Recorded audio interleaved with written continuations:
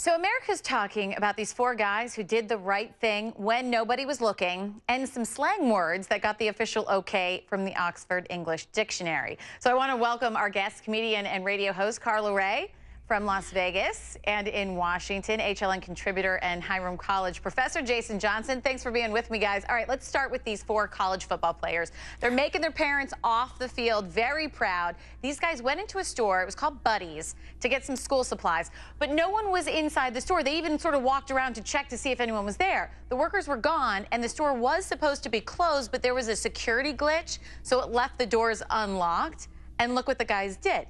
They got the items they needed from the store, and then they left the money on the counter, including the tax. They're even waving there at the counter to show the security cameras that they are leaving the money. So when the owner of Buddy's found out what happened, they gave each of these guys a $50 gift certificate to the store. So I want to ask you guys, and Carla, let me start with you. You know, we hear about all these sports scandals, steroids, accusations of crimes. This is sort of a faith in humanity restored kind of a thing, do you think? Absolutely. I think that somewhere these kids were taught well. They were taught very well. The fact that they went in there, they could have just left. They could have vandalized the place. No, they went in there, left some money. They are the reason, though, that parents are saying, yay, I'm glad kids are back to school now.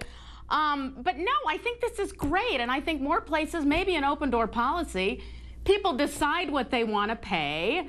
I think it would work out fine, and I think this is proof. Yeah, there's a place in Atlanta that's like pay what you want brunch. It's like, what are we back in 1950 here? You know, but yes. Jason, I want to ask you, I think it's kind of strange that we're so impressed by people doing the right thing. Do you agree? I agree. I mean, first and foremost, our stereotypes about athletes, I know this as a college professor, are terrible. Believe it or not, people who are usually involved in high school and college athletics, they tend to be better students because they have to be disciplined and organize their time. But the other thing is this. I think it's an interesting statement about where we are in America. These guys are brave. Okay, we live in a post-Zimmerman world. That could have been a dangerous situation. And those guys walked into the store and did the right thing. And I applaud them for their honesty and their integrity, but that was a risky move on some levels. I don't think they realized that when they were waving at the camera. Well, I think they wanted to say, hey, look, guys, we're here. We're leaving money just in case you're in the back and you're a little busy.